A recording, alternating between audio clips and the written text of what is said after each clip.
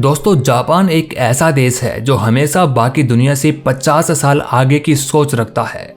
Japan हर छोटी से छोटी चीज को लेकर अलग एंगल से सोचता है।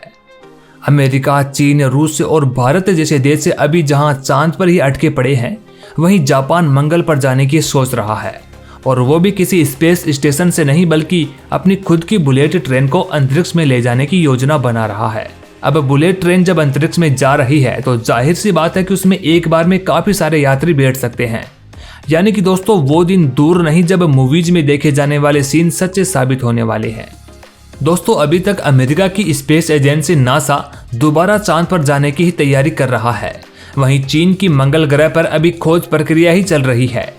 इलोन मस्क को आज के समय का सबसे क्रांतिकारी आदमी बताया जा रहा था कि वह सबसे पहले मंगल पर इंसानों की कॉलोनी बसा लेंगे। लेकिन इलोन मस्क से भी आगे की सोच रखने वाले जापान ने जो योजना बनाई है वह सबसे हटकर है।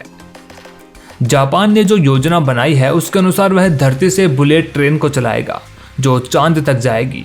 उसके बाद चांद से बुलेट ट्रेन को मंगल पर भेजा जाएगा। अब सवाल यह आता है कि चांद पर तो ऑक्सीजन मिलेगी नहीं और न ही मंगल ग्रह पर, तो वहां पर जाकर रहेंगे कैसे? तो इसके लिए भी जापान ने अलग से योजना बनाई है। चांद और मंगल पर रहने और उतरने के लिए कैप्सूल हैबिटेट बनाया जाएगा, यानी कि एक आर्टिफिशियल कॉलोनी बनाई जाएगी, जैसा कि हम साइंस फिक्शन मूवीज में देखा करते हैं।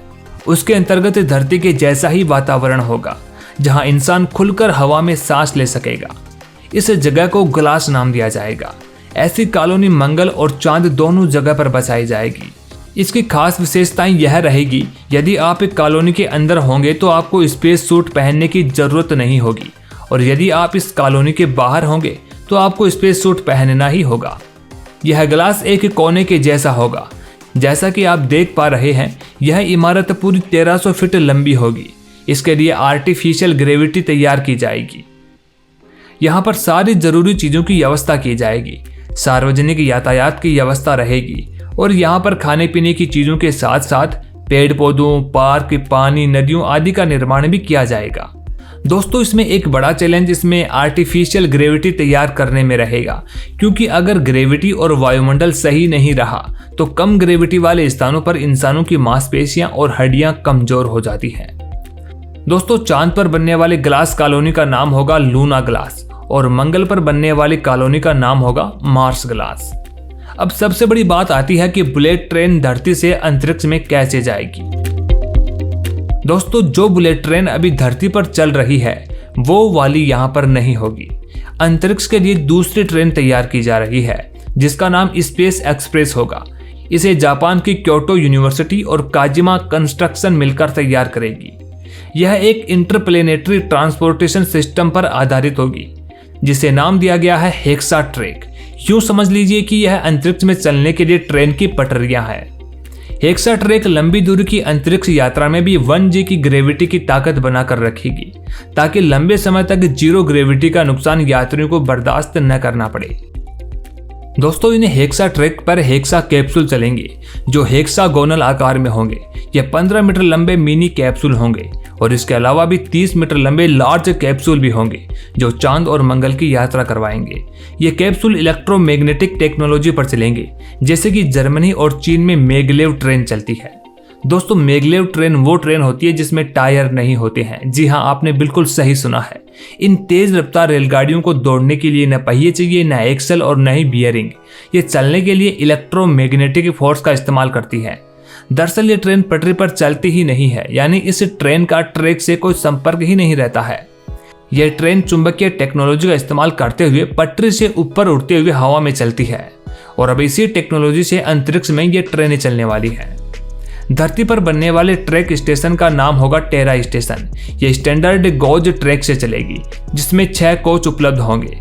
पहले और आखिरी कोच में रॉकेट बूस्टर्स लगे होंगे जो इन्हें आगे और पीछे की ओर ले जाने में मदद करेंगे, ताकि अंतरिक्ष में गति बढ़ाई या कम की जा सके, साथ ही धरती और चांद के गुरुत्वाकर्षण शक्ति के हिसाब से काम कर सके।